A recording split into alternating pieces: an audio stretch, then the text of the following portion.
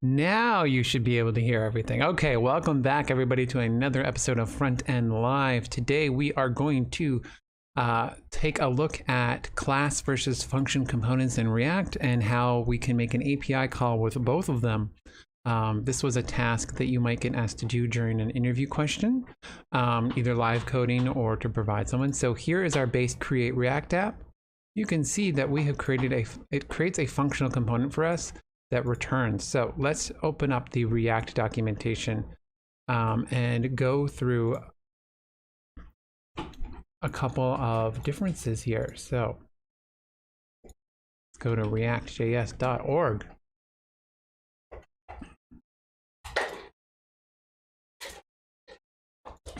Getting started. And if you hear the puppy in the background, he's playing with a bottle. So I'm sorry about the noise, but he is entertaining himself.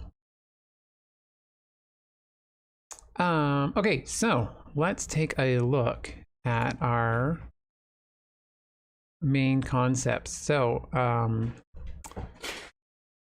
going to assume that you know a little bit of React, that you can go through this stuff, where you can create elements, why we use JSX, which is a expression language, because we can do cool, fun things like this. It's just a lot easier to write code and stuff like this. And we're going to be dumping elements onto the screen, etc. So what I want is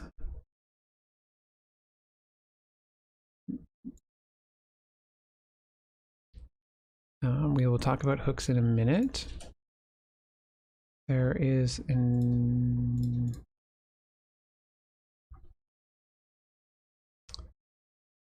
I'm going to find, let's see, like React class versus function. From Twilio.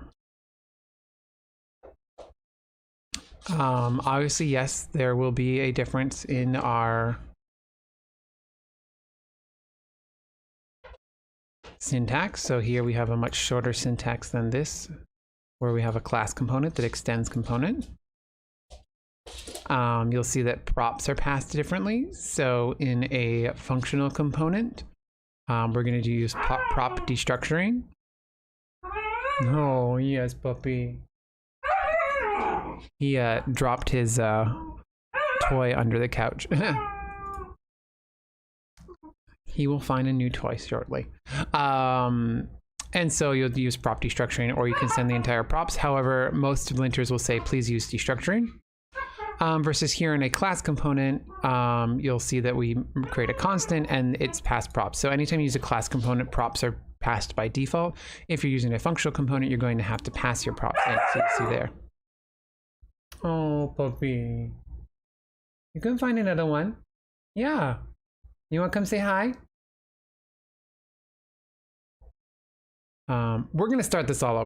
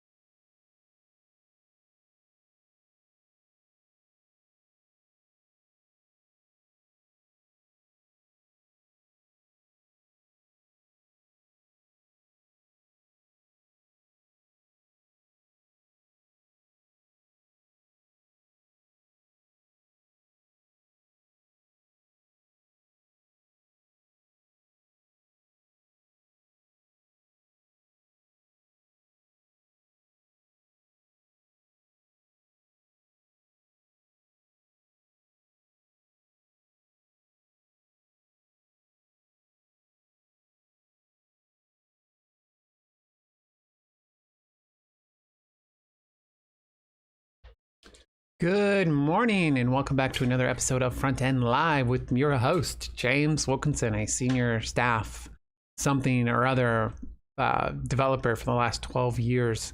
It's my goal with this channel to walk you through my day-to-day and the things I have to think about, give you an inside mind to someone who is more on the senior side of things as architecting and that kind of stuff, as well as just go through some exercises that try to keep yourself fresh and understanding things.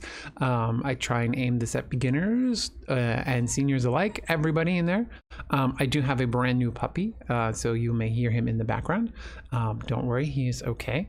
And so today I want to talk about functional versus class components in React, as well as how we can do some simple API calls in both of them. So in our last example, we had a create React app, and you'll see that it created a function. This is a bare bones functional component. And so you'll see here that's function, app, and then it has a return. Everything has to have a return. The return is what's going to get passed to the React renderer, and away we go.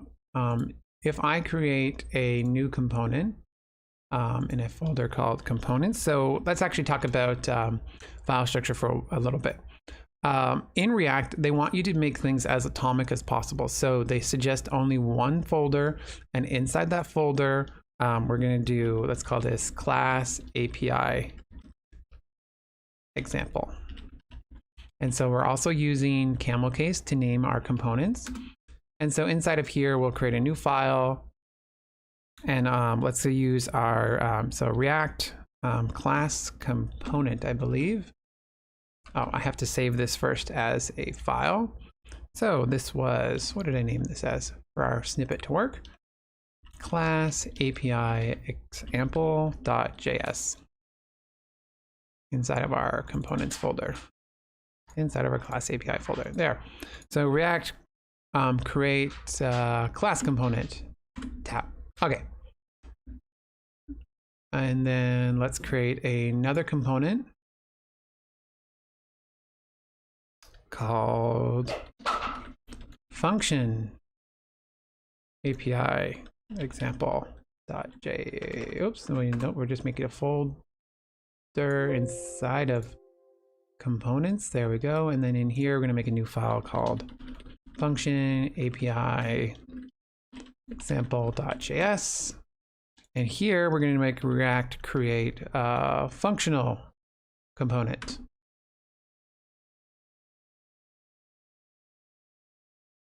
Okay, so let's give ourselves a 2 up, and so we can see the two of these. Let's close these, make this a little bit bigger. Okay, so you'll see here in our class example, we import React, and we import component from React, and over here we just need to import React. We have to export our default. Now you don't have to do this up here. You can just do export class, but then down here you're gonna have to do export default class API example. And then what that allows you to do is in your app.js, you can import components, class API example, class API example. And then this should give us, and so we're going to call class API example from there. So here we're going to say is declared, but its value is never used. That's fine. It's defined, but never used. That's fine. Inside of our app, we now have class API example that we can render into our app. And in here, we're saying class example.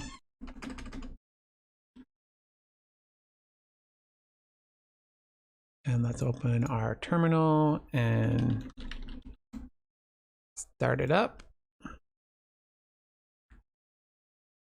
And then we're going to do the same thing over here. We're going to do function example. Whoops, cancel. And we're going to save that. And we're going to go back to our app and our app. Oh, it opened it over here. And we're going to import our function API example from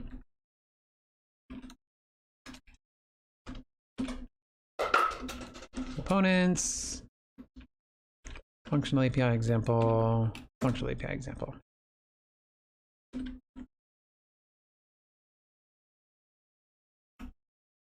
And then now we can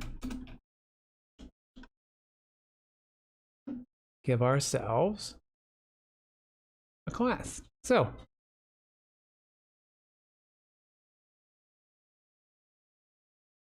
just going to make this run on this browser.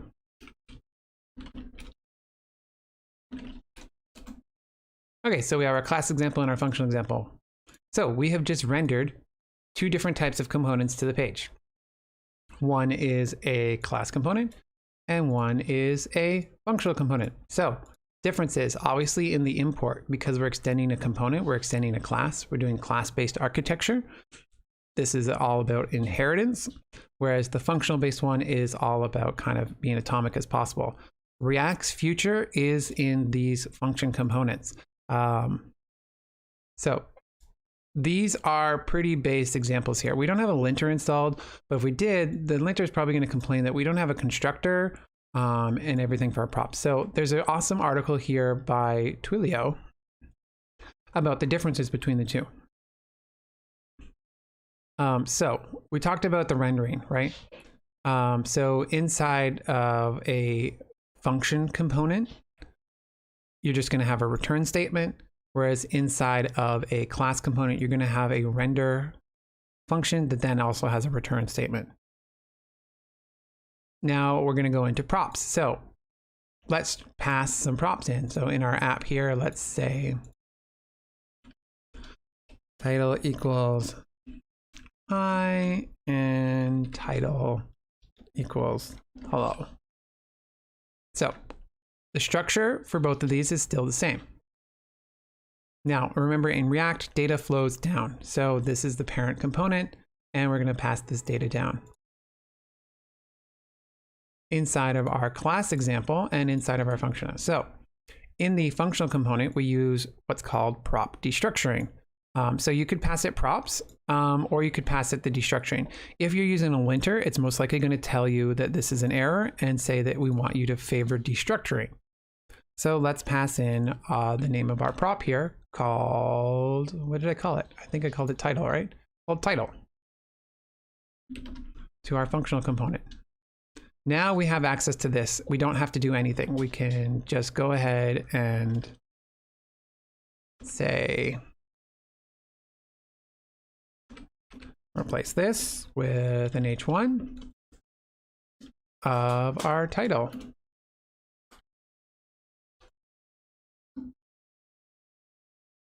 Hello, I'm a function component. And head on over to our app and hello, I'm a function component. Yay. Okay, so now let's do the same thing in classes. Got too many things open. So to do this in a class, we have to do the same thing inside of our render component and do our destructuring.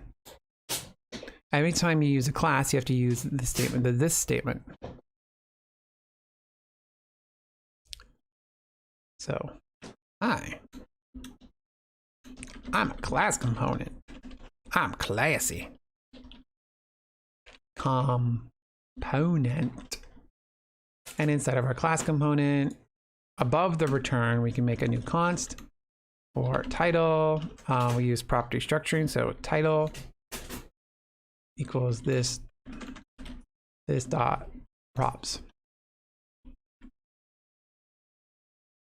And we'll do H1. Woo, not in caps. Thank you very much. And we will use our title. So this is regular JSX. So now you'll notice that we didn't have to pass the class anything. So by default, because we're extending component, props are already sent. So anytime you reference a component, everything inside of here is a prop and it will automatically get sent. It'll send all of them.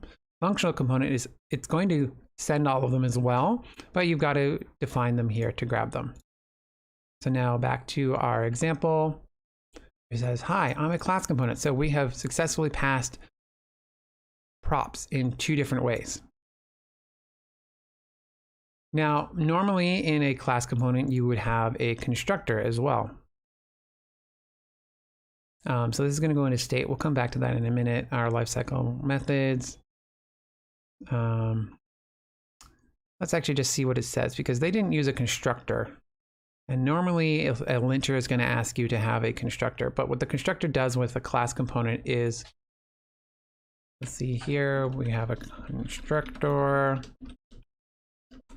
And then normally here you do this dot props, and you set your props here. I could do const title equals this dot props.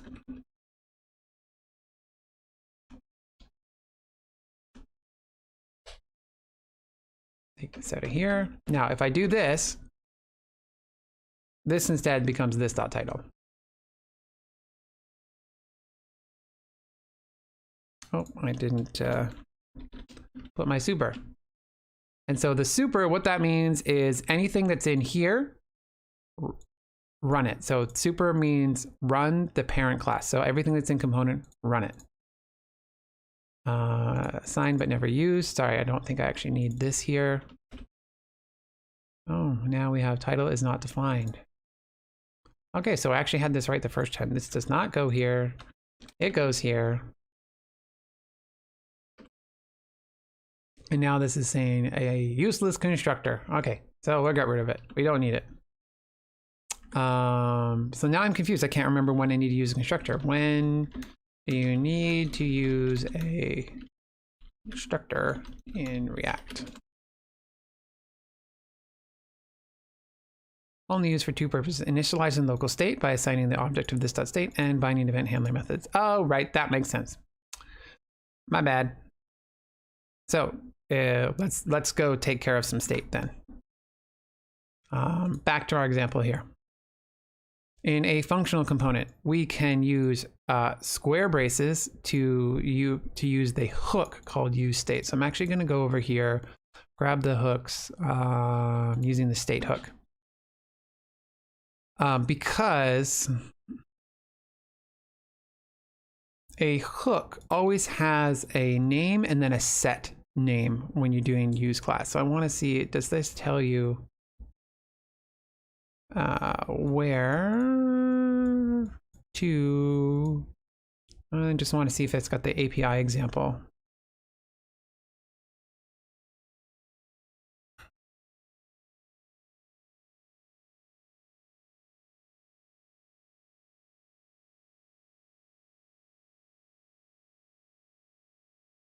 I just want to find the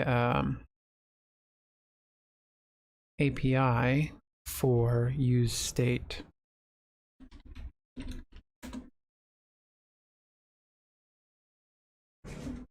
There we go. Returns a stateful value for a function. During the initial render, the rendered state is the same as the value passed for the first argument, initial state. The set state function is used to update. Right. State and set state. All right. So, I mean, it's not very well documented, I think, off the top of my head, but I do know that, you know, when you're making state,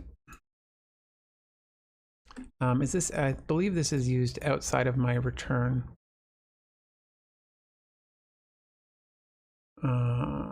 Yeah, outside the return, inside the function, set a const. Okay, so we're gonna make a const.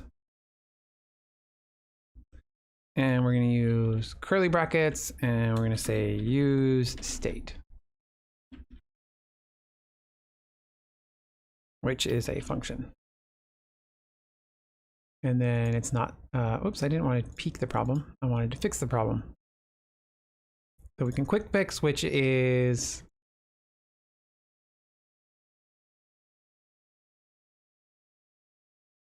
it's just saying it's not defined, but it didn't auto import it. It should import it, but we need use state. So okay. So now the first thing that you do is going to be, you know, name of state. And then you're going to do set name of state. Okay. So it's used, never used. And so let's go with an H2 here. And we're going to output name of state. So you'll see this will be the same thing. Now we didn't give it initial state, and so let's give it initial state. We need to spell that correctly. We have a code spelling initial state. Okay, there we go. And so we're going to need our initial state.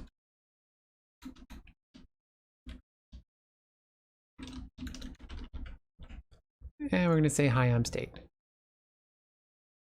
So now if we go back to our example, hi, I'm state. Now, to do that in the class, a little bit more complicated. So this is where we need our constructor. And then we need to call super. So what this does is, once again, super finds the parent that we're extending. So that's a component, runs all of its functions. So doing so is what's going to let us have stuff. And then so we're going to do this dot state equals I'm also state. And then we can have access to state.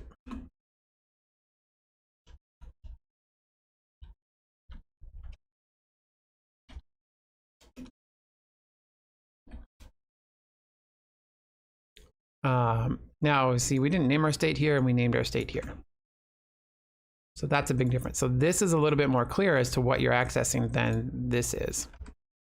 Back in the React example, you'll see the equivalent example. So this dot state equals count. So the better idea here is, instead of this, we're going to want to give ourselves a name. So we're going to open up an object instead, because we don't want to just do this dot state. That's a little bit bland. And we can have multiple levels of state here. So here we're going to call this name of state, so that we don't confuse you.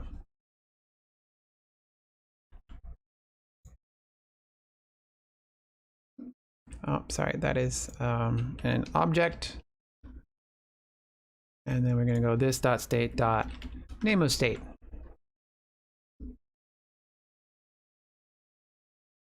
This dot state equals count 0.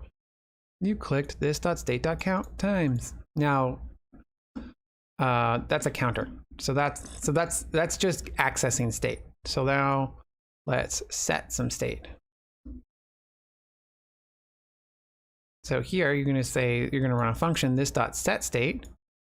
You're going to pass it what you want, and then you're going to give it your copy. So with state, you should be immutable. You always kind of want to copy it over. So let me just grab this example.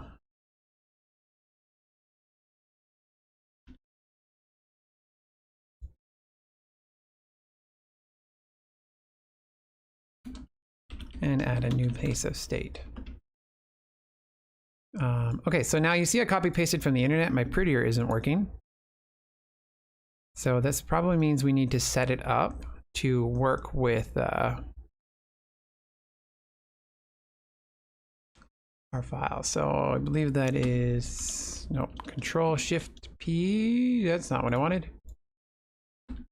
Control Shift P, format with prettier.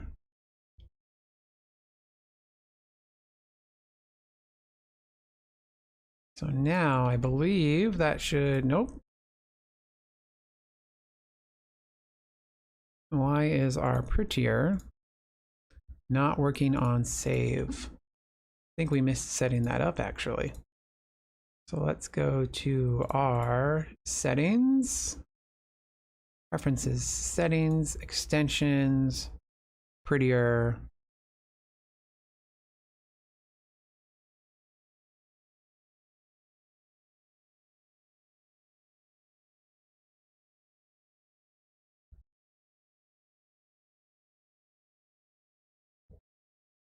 We're looking for format on, oh, sorry, actually this is going to be in our default one. We want to format on save.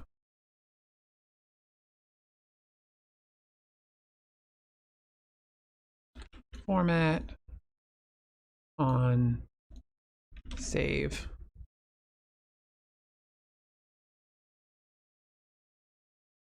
There we go. Format files on save. A format will be available. The first The file must not be saved after delay, and the editor must not be shutting down. We want to do it on the file. Here we go. So format on save. So now if I save this, did I save my settings?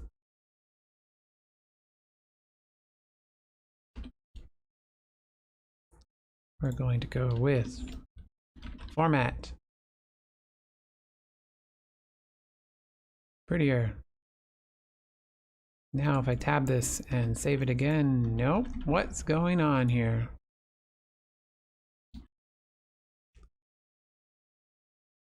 Welcome to the joys of being a front-end developer. This is exactly what happens all the time. So,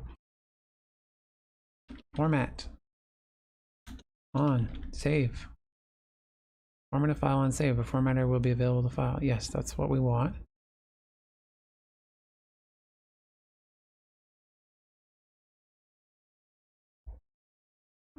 We need to tell it to use prettier.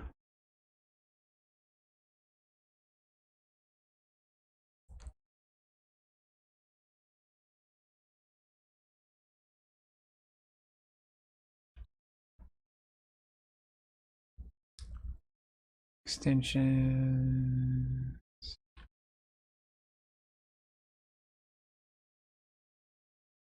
Okay, so we actually need to open this.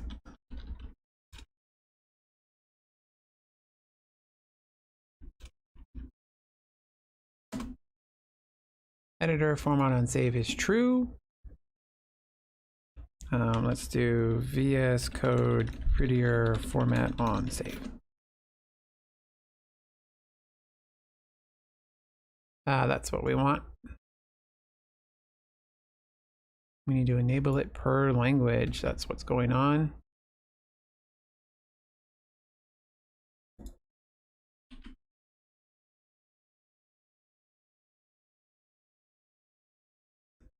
Now we'd also want to do this for TypeScript. Now did they do...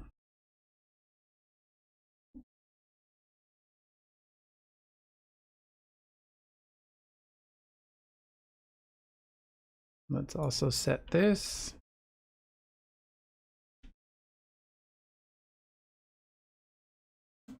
Our default formatter.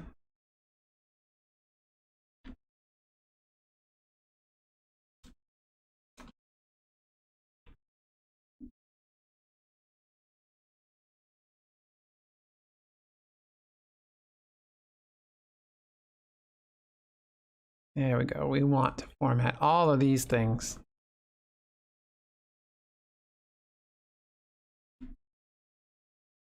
JavaScript, JavaScript React, TypeScript React, JSON, and GraphQL. Copy pasting from the internet on Windows tends to always insert a bunch of invalid hidden characters. So let's see if this solves that. And it did. Okay. So now there we go. Format on save. Perfect. Back to our example. Here we go. So we're setting state. Now over here, let's make a new piece of state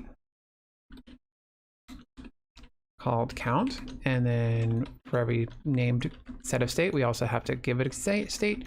And we're going to say use state. And we can just already pass it a default value of 0 because it's an object. And now we can do the same exact function. Except now we can just go with count. And then now the example here, this is what's different. I always forget this aspect. On click, oh, it's an anonymous function. Yep. And then we can just do set count because we have a function for setting our state. So set count. And then we can take our count plus 1. Correct? Count plus 1. We have got one too many brackets, I believe. Whoops. On click set count +1. Identifier expected. Anonymous function, arrow function, set count.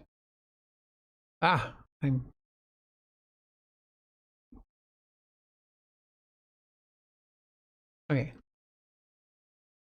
Oh, I don't need a object inside of here. That's why. Count +1. So now, here we go. Now there's your two different components. So even though they're both using the name count, they are encapsulated. That's the joys of React. Okay, so now we are able to render both these types of components and get state and set state. So now let's get an API call into this. So let's find test APIs. That's a better Google. Free fake REST API.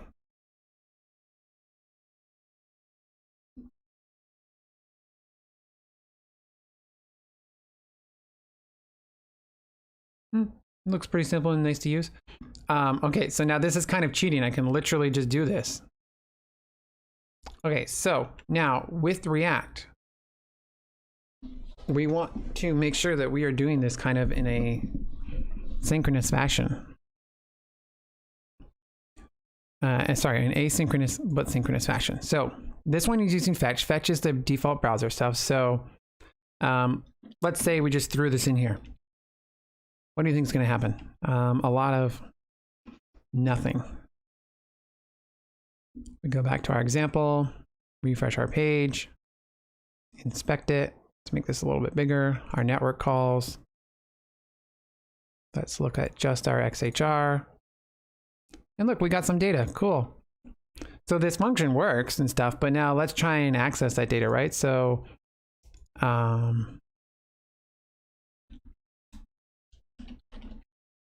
put it into a const and let's try and render our API data.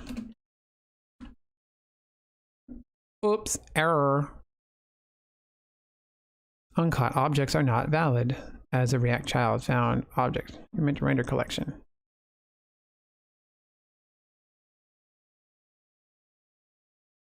Found object.promise. So what it's telling you is that what we tried to render was a promise. We can't really render a promise. So you'll see that what we're doing here is fetch. This is a browser default. We're going to the URL that we want.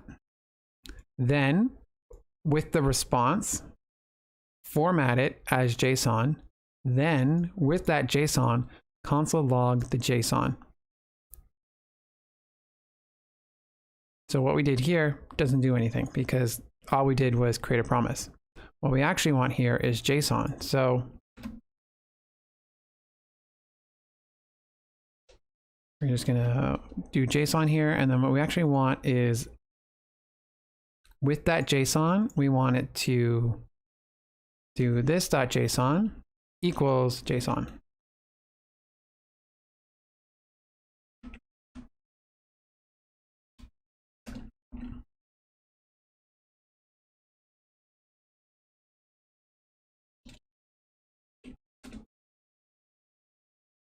Good old bracket colorization. There we go. So now we're going to put the JSON that we grabbed into this variable. And then now we're going to try and render out this variable, right? So that should work, right? Right? No. It don't know work. Const declarations require an, oh, sorry. That's not a constant. That is a variable. Okay, so let's refresh the page. You'll see that we are indeed logging it, but it's not showing up on the page. Why is it not showing up on the page? Well, that's because React is stateful. When we initialized it, it had nothing. So we have to update it.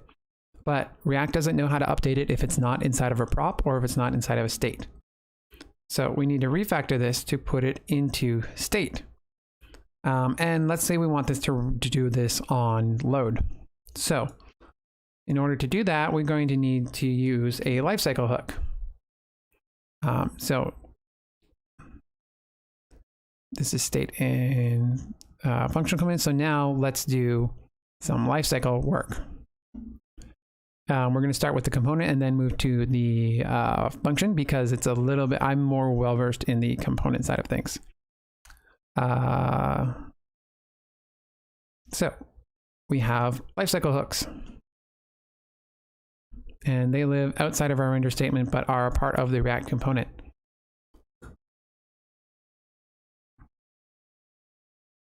We're just going to go to the effects and the example with the class. These are our default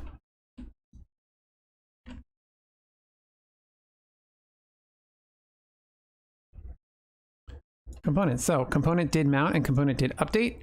You also have, what else are the lifecycle hooks do we have? Let's go with the API reference, React.component. And say we have component did mount.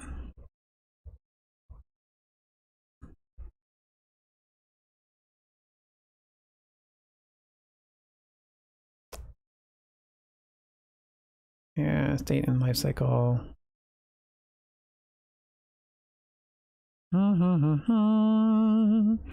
I just want an API reference. That would be great.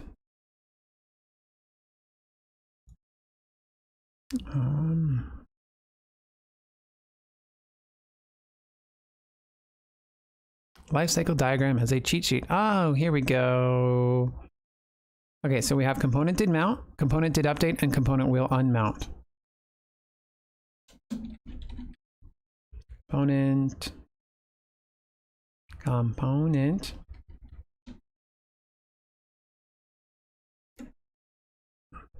What did we just say?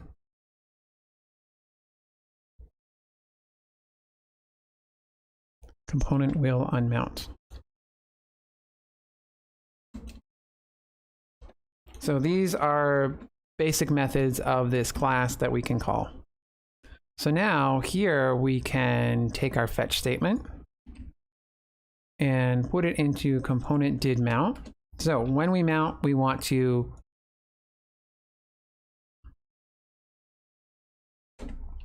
run this API call. So let's just double check that when the component mounts, we're going to run the API call. We're not doing anything with the data yet. We just expect it to log it to the console. Clear our console and refresh. There we go. So we have logged that data to the console. That's exactly what we want. Okay, so now we need to do something with that data. So inside of this then here, we're going to want to put that data in a place that will React render. So do we want to put it in props or do we want to put it in state? So it's not a prop because props are passed. So here, this is a prop. If we did the API call here, we could say JSON data equals JSON data. So we would pass it as a prop. So the parent got the prop and we pass it on. That's the example of a higher order component or a smart component. We try and call them smart components now because React actually now has something called a higher order component, which is completely different. But the idea is smart components versus dumb components. And so that is that components that have side effects. So anything that is essentially an asynchronous operation that returns something that the component needs in order to do the next thing.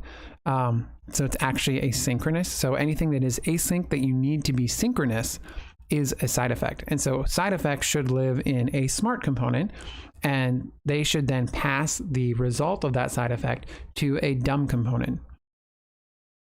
And a dumb component is one that literally just renders stuff like this here. So we're just going to render out the props.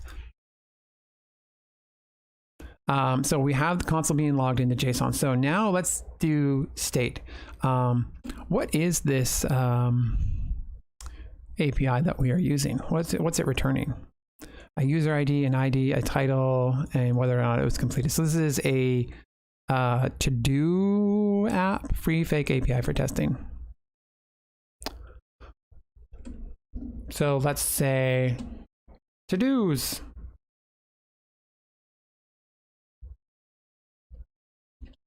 And this is an object that I'm returning, correct? Yeah, so we're just going to set it with a default empty object.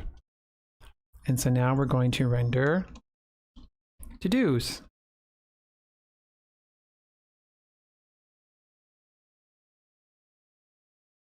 I believe we actually need to render this .todos because it is outside of our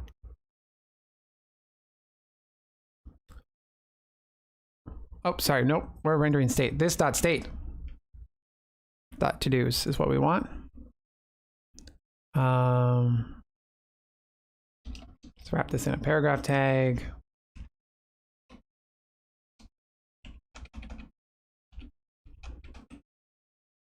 Let's wrap this properly in a paragraph tag.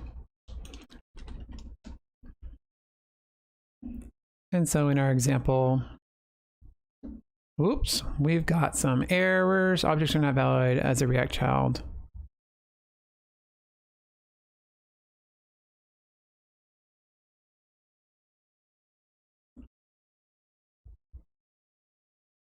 Doesn't like that this is an object.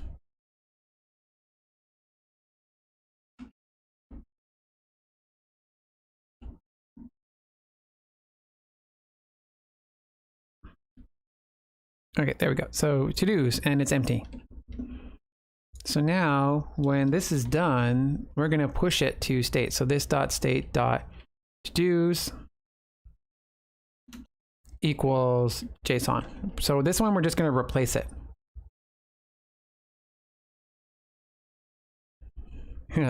Right, we want to do set state. We want to do this dot set state so that we're going to iterate on the state. The state that we are setting is to-dos. And I'm forgetting the syntax.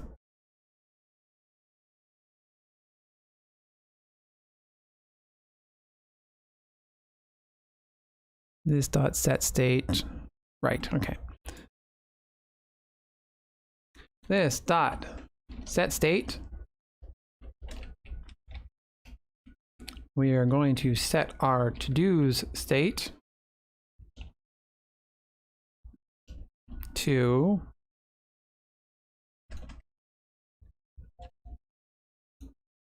JSON. Now JSON is an object and this is an array, so we should get that same error again. Objects are not valid as a React child component. So what we're going to do is React set state push JSON object, because I keep forgetting how we would do this. This set state list, this set list concat JSON works. That push JSON doesn't work. Concat otherwise creates a new array and return it. The push returns the new length of an array, which means a number, which means not what you want to set to state.list. That's why it didn't work. Why I have an empty array in my console.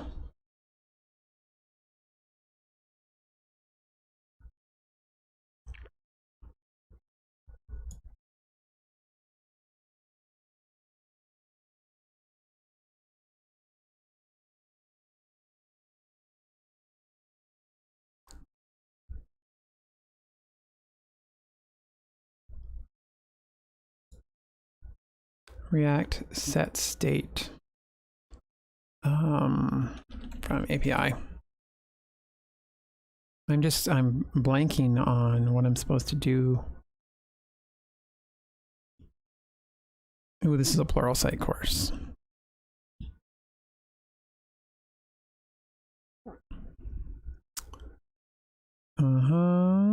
Books is an array. This sets a books book list. I guess, are you assuming that book list is an array instead of an object? Books is an array. Books, book list.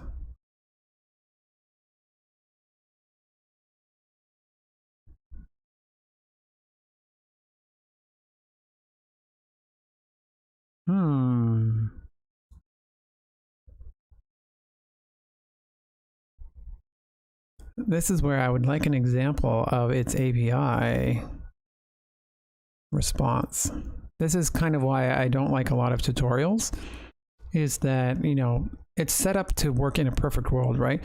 They're assuming that their API is returning exactly what they need.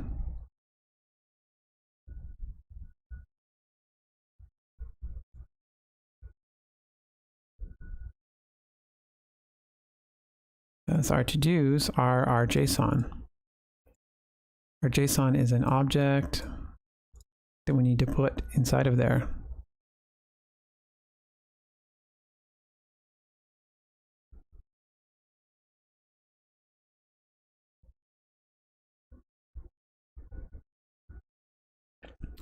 A lot of Googling happens when you forget how to do something.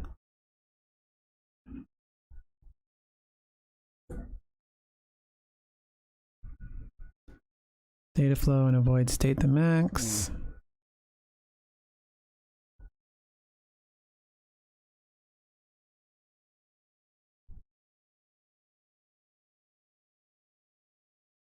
Our target value. These are just handling changes. This is not exactly what I'm looking for. Data fetching in React.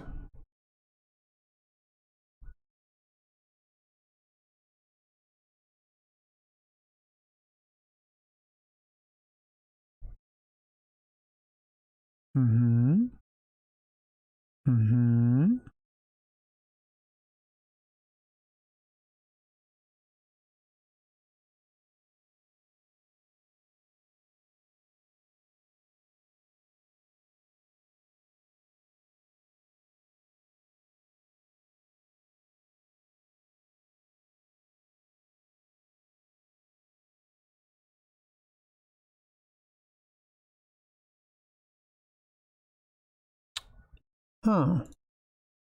All of these are giving the same example. Okay, so let's take a look deeper. To-dos needs to be an array, so it would render this dot set state. We want to set to-dos to JSON. Set state users our result.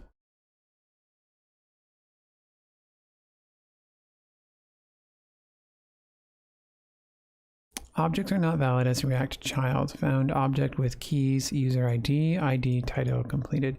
If you want to render a collection of children, use an array instead.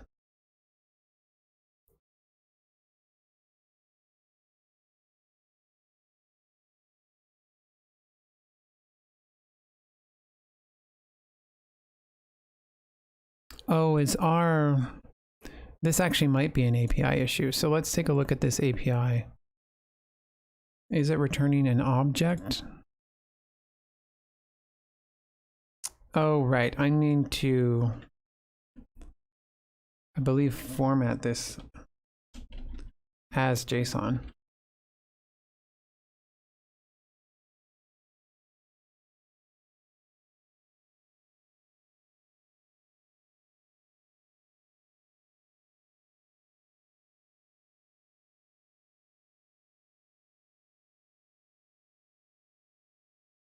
JSON is not a function.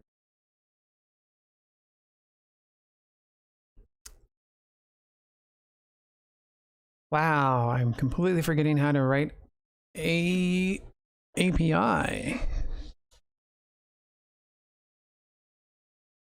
This is where if you would follow along in chat, I would probably be like, what am I doing wrong? Ask somebody quickly because, you know, I just forget. I'm going to use their posts API because I'm going to return a few of them.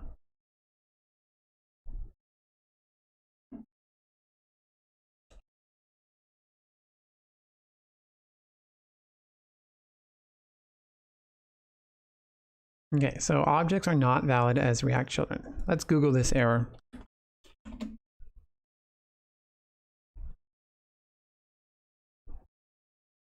few different things are going wrong. For example, it could be because the items that are being rendered in the JSX element are objects instead of primitives, so make sure that you're not passing an object where a primitive is expected. In this case, however, I was reminded that React components always expect to take an object that contains the props it needs. I was burned by this because the component only needs one prop, a string, which is fine. That's not a...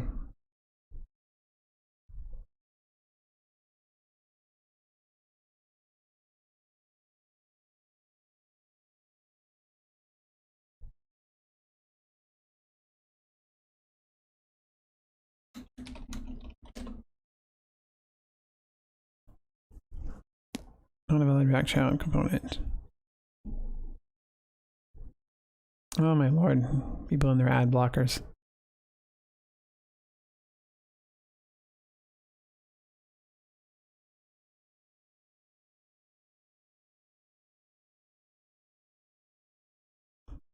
Wow, this should not be that hard to solve.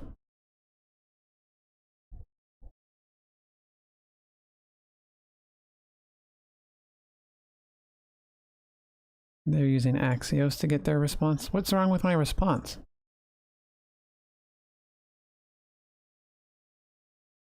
Here is my response.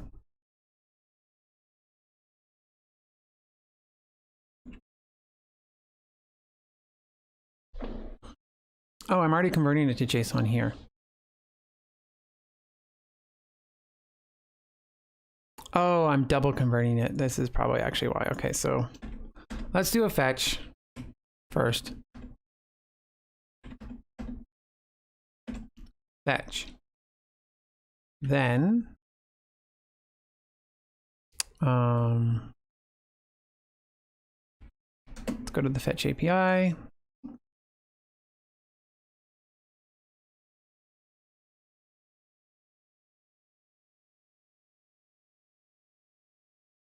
Ooh, fetch doesn't send cookies. That's nice. Because most of the time you have cookies each time.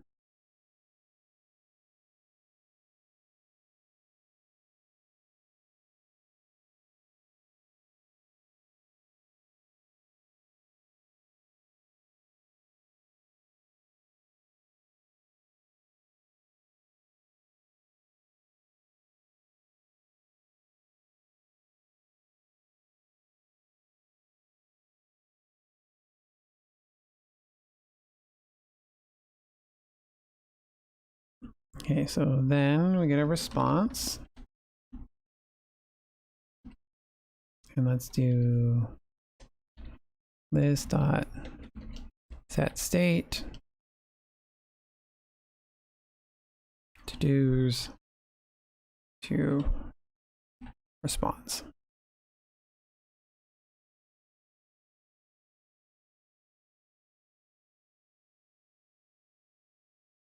Same problem.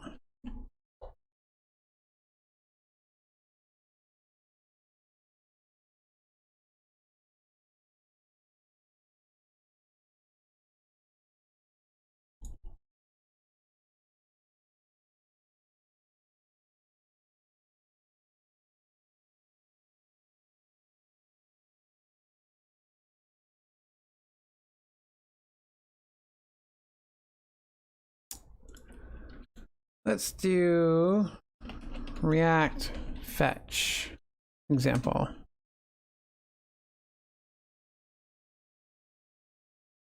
See, this is an array. You see that?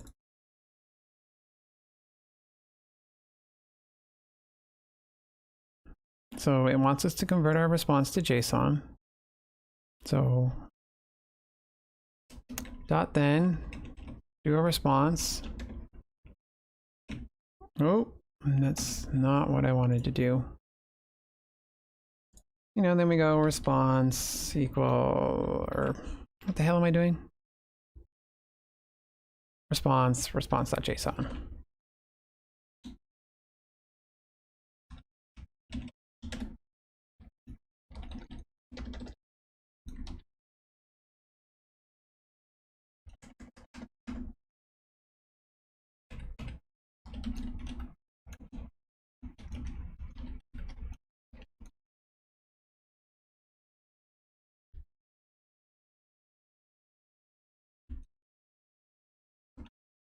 Then we take our result.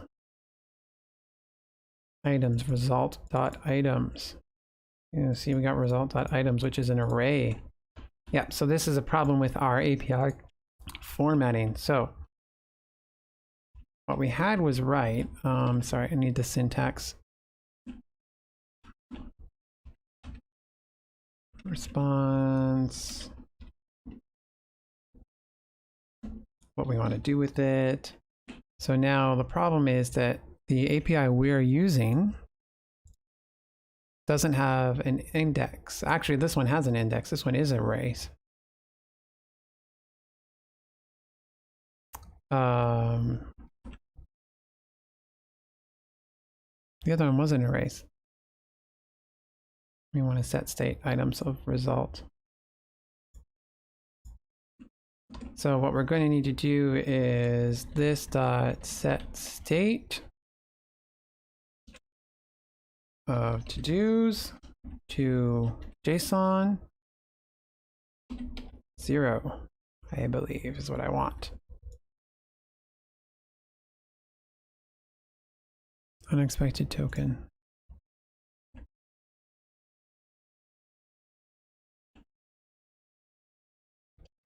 We are working inside of an object here.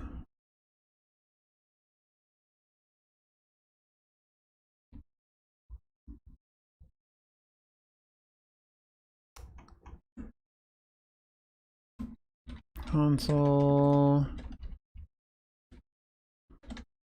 log JSON. What does this look like?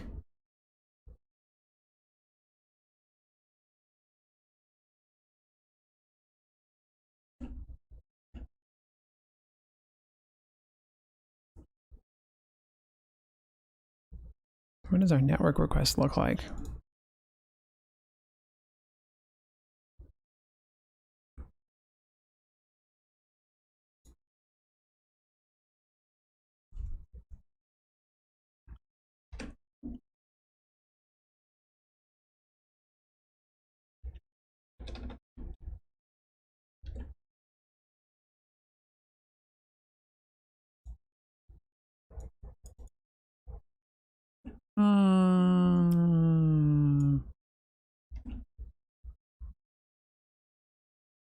What in the world is going on here? Items, result, dot items. You're right, you want result, dot items. Whereas I have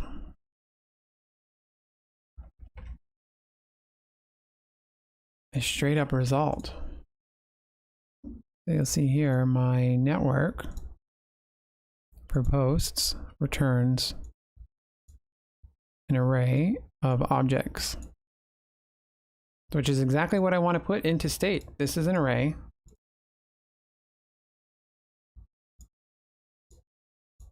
Of objects. I want to put it directly into there.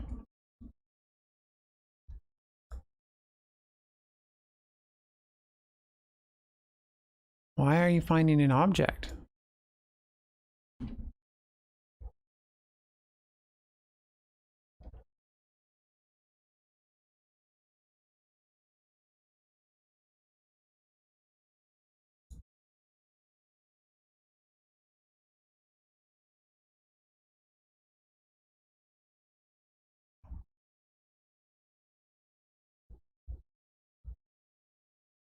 We need to format this data somehow, but I think I need to use a map object, but I can't remember how. So I just want to find like a code example. Okay, so this API, look, is returning an object, a single object.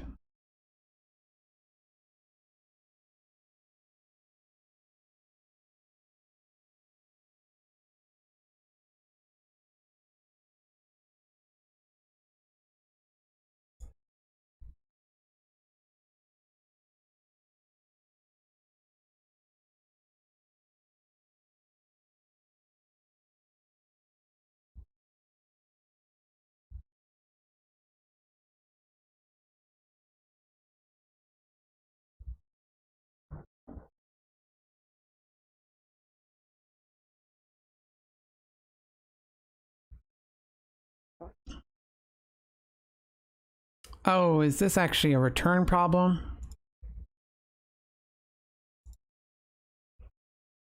Yes, this is a return problem. So let's do H3 posts. And here we're going to do to-dos.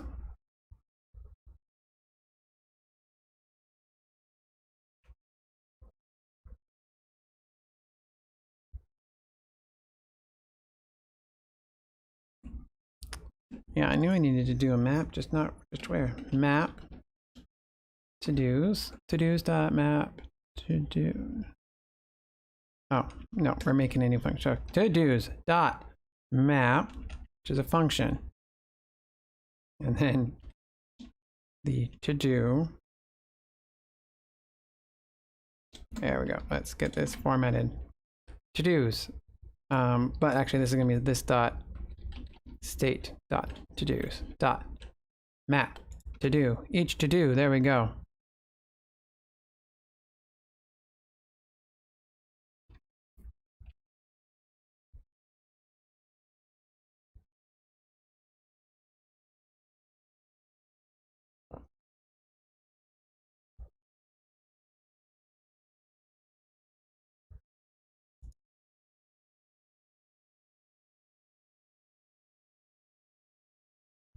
I think I'm missing my opening curly brace. Yeah.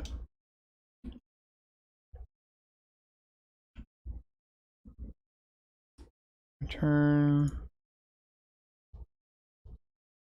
curly brace.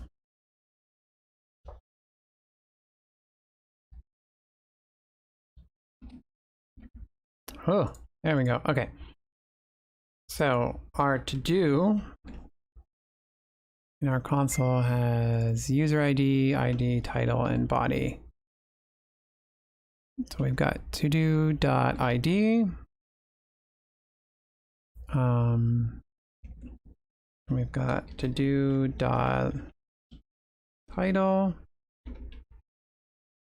and body.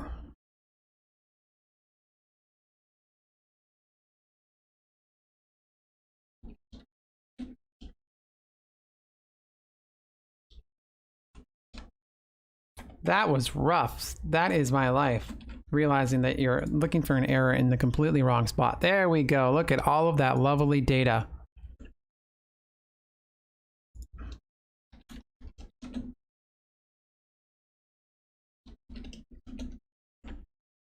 Title.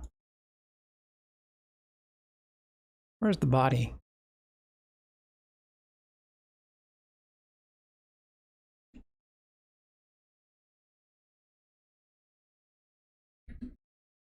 Oh, there it is. Body. Okay, so not the prettiest, but you know, there we go. We got data from an API and put it on the page. So the problem was not in my fetch. I was setting state properly. The problem was that I was not reading state properly. That's the whole idea of rubber duck debugging, where if you were to talk to someone, you would probably find that a lot faster because you'd realize that, oh, you haven't looked at the entire problem as a whole. I was focused on and set that this was where my problem was. That's not where my problem was. My problem was down here. Okay, so now that we know how to do this properly, let's do this again, but functional style. So you'll see all this code, component did mount, and we set our state. Instead of doing that with a component did mount, lifecycle events in functional world are done through hooks. So let me just clean up this and let's go back to using of hooks.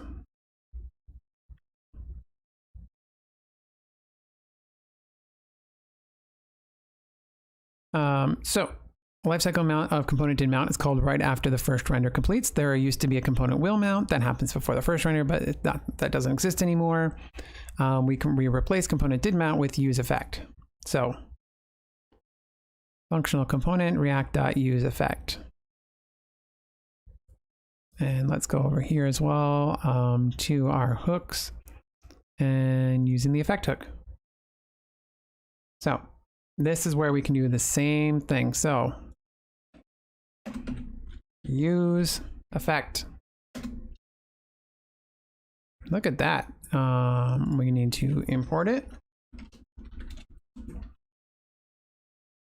Okay, so what we want to do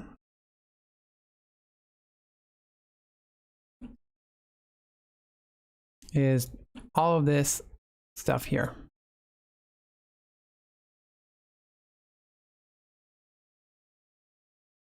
Inside of our effect.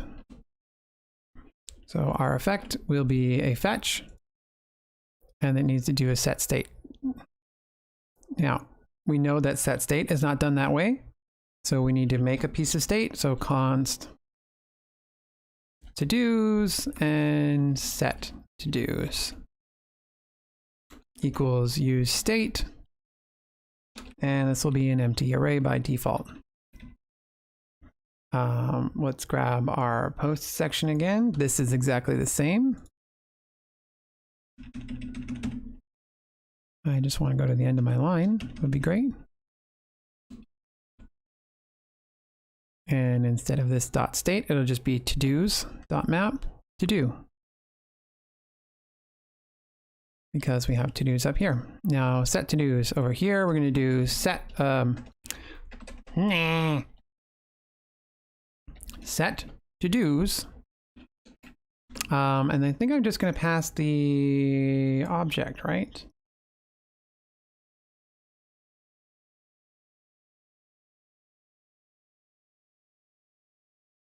I believe so. I think I'm just going to pass it JSON. Oops, I closed my... So that's the class component. And there's our functional component. Yay! Okay, we're going to leave it at that for today. That's functional versus React with life cycles, components, and some full-on live debugging of why my code wasn't working, and it was a rendering problem, not a setting problem. Now, we could use Axios instead. Axios is actually what's recommended. Actually, let's talk about that for a while. Because Axios has, that's not the right Axios I want. Axios React. Where's their documentation? Do they have a pretty website, or is it all GitHub?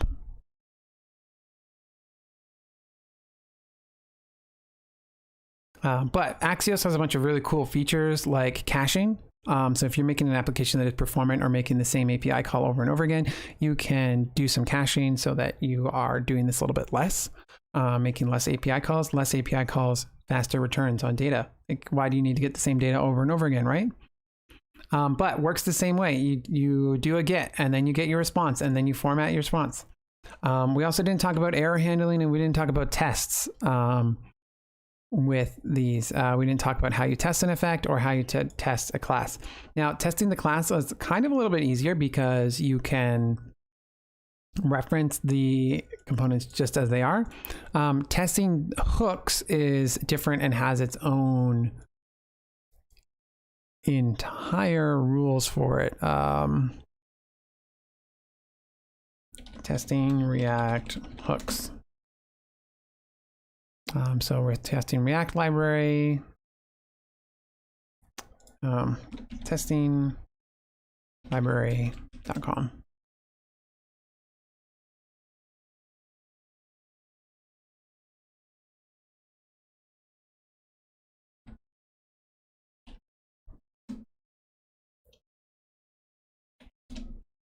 No examples for use effect.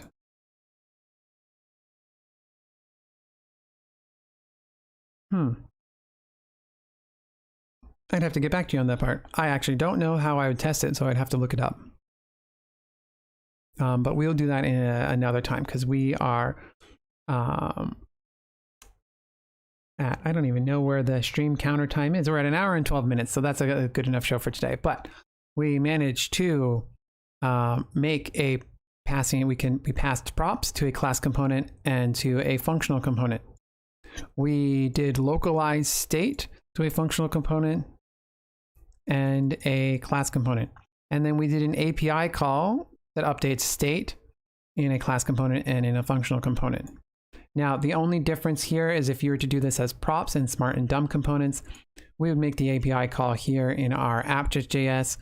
And instead of rendering this example here where we did the to-dos map, we would pass the to-dos here. And then in here, we would then ingest the to-dos as props instead of state, and then do the same thing. And in the functional component, same thing. We would ingest it as props, and then do the same thing, to-dos.map.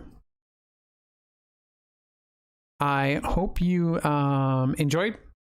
I know the microphone is right up in my face, and hopefully this sounds great. We'll find out. But we will see you next time, where let's try out maybe Axios. Maybe use a component library like Material or Ant, where we just take what we've taken here and we make it pretty. Actually, you know what we should do? If you want to follow along with what I have done, why don't I push this to my GitHub so that you can do that. All of my changes here you'll see from a main branch, and I'm going to stage all changes and we're going to do API examples. We commit it and we pushed it to our main branch. So if you want to follow along, I'll put a link to the GitHub down below, and we will see you all next time.